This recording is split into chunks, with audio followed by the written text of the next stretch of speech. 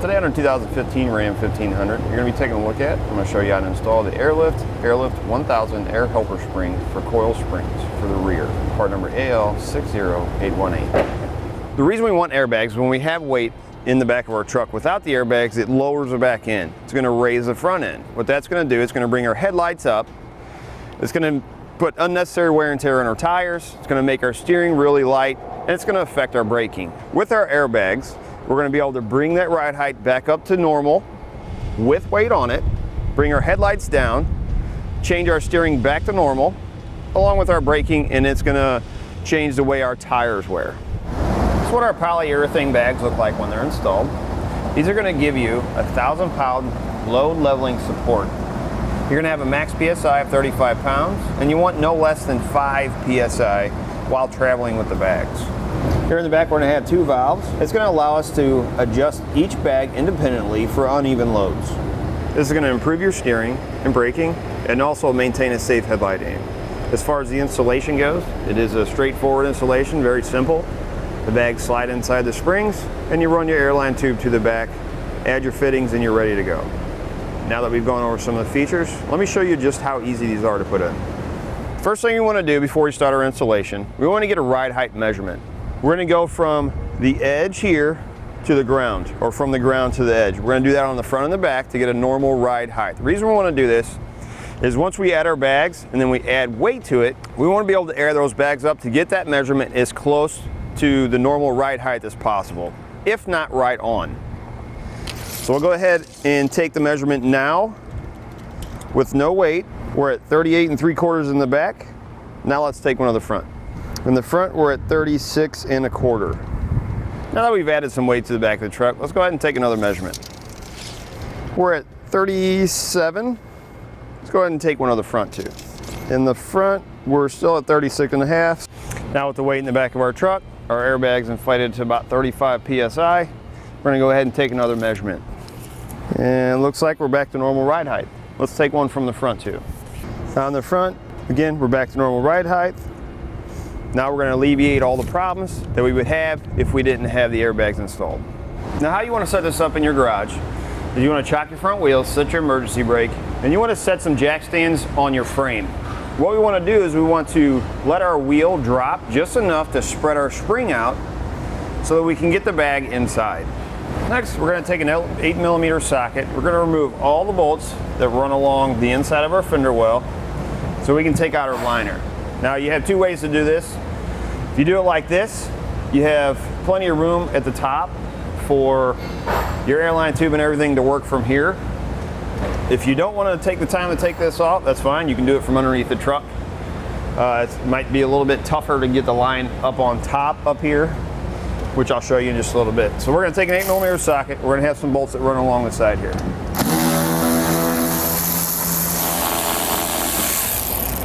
And we'll have 2 on the inside of our liner. And we're going to have 1 Phillips head screw right here. Now we're going to go ahead and try pulling out our liner. We'll start at the bottom corner. It'll make it easier, and just work your way up. It may be a little easier if you have a plastic trim panel tool to stick it back behind here. Just make sure you're cautious of this edge. You don't want to chip the paint or anything like that. And we're going to have 1 more 8mm bolt right underneath our trim. And we'll just set our fender liner aside to be reinstalled later on. Next, we're going to take this little cap off the top of our bag, but hang on to it because we're going to need it. We're going to try and get as much air out of this bag as we can. So we're going to take, what I suggest, by the way, you're going to get some zip ties in your kit. I'd suggest picking up some longer ones. It's going to make it much easier. We're going to take our bag, see if we can't roll it in half.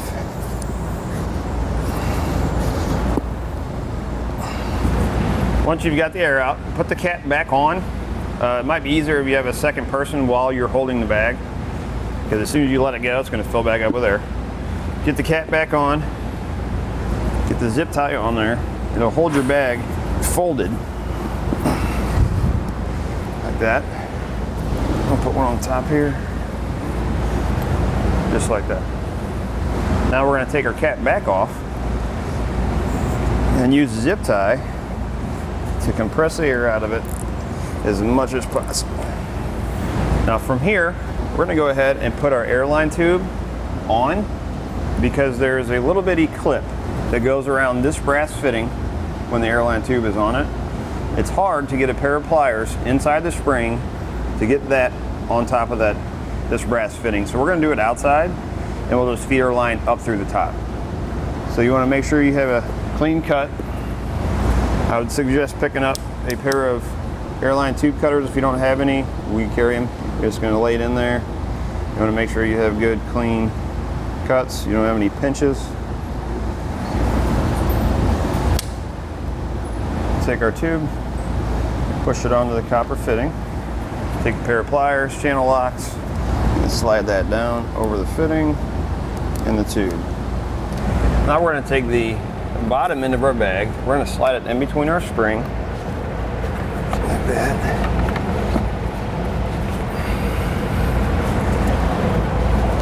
Next, we're going to have a ring like this. We're going to slide it over our hose. We want to get it up and over top of this fitting. This is going to help protect the top of the bag and protect our fitting when we add weight to the truck. Now we're going to take the end of our airline tube, and the top of this cap here is all open. So we're going to feed our line up through it like that. Go ahead and pull your airline tube all the way through.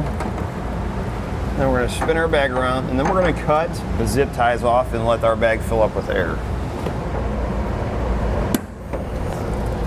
Once your bag is inflated, we're going to run our airline to the back of the vehicle. You want to make sure you stay away from anything hot or moving. It's ideal if you can find some existing wiring as you're running it back, you zip tie it right to it. And I've decided not to go on top of the head channel. It's a little bit too tight, and I want to take a chance of puncturing the line. I'm going to zip tie it right here to this factory wiring. Just make sure you leave enough here at the top. You got to keep in mind that your wheel moves, and so does the spring. So this is going to drop with the axle. Make sure you leave enough that it doesn't stretch that line out and pop it off. Let me run the rest of my line to the back of the truck, and I'll show you how I did it.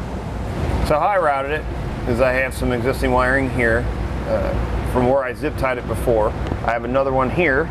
I went right over the top of my frame, right down inside, and I actually zip tied it to my factory 7-pole wiring. Ran it right down behind my hitch, looped it once, which I will zip tie this to the hitch, and then ran my line out here. Now we're going to repeat the same process over on the other side of the vehicle. So I have a hole right here in my hitch. I'm actually going to put my valve here. I have one on each side. Now I've got my line back here. I'm going to loop it once just in case we have to do any modifications on the airline tube itself later on. I have a little bit of extra. What you can do to make it easier on yourself before you install your airline tube is if you take both ends and put them together, find the center of the tube and then cut it in half, then you'll have an even amount for both sides. Otherwise, you can do it just like this, run it down and cut it right here. And feed that right through there, just like that, let that hang. Now with our airline tube cut, make sure it's flat. We're going to take our little clamp, slide it on. We're going to add our air fitting. We're going to push our clamp down onto the air fitting like that. Now we'll push our airline tube back through. We're going to add on the nut. We're going to go all the way down to the end. And we're going to add on our star washer. Then we're going to put back through the hole. And we're going to add on a rubber washer, flat washer, and then the other nut.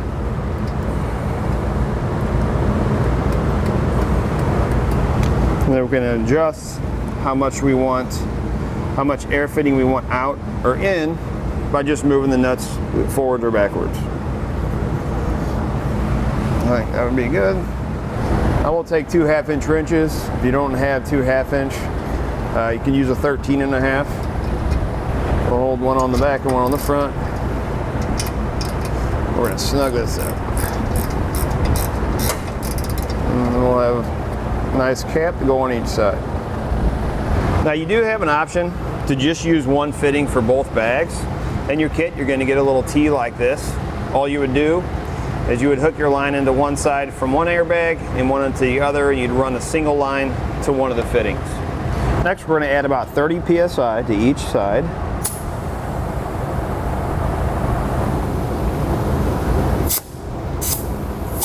Now we want to take some soapy water and we want to spray it on all of our fittings, or where our line is going into our fittings, to make sure we don't have any leaks. What we're looking for is we're looking for big bubbles or a whole bunch of little bubbles pulling up. Looks like those are fine. Check the back side. Once we've determined we don't have any leaks, we're going to go ahead and reinstall our fender liners in reverse order from the way we took them out.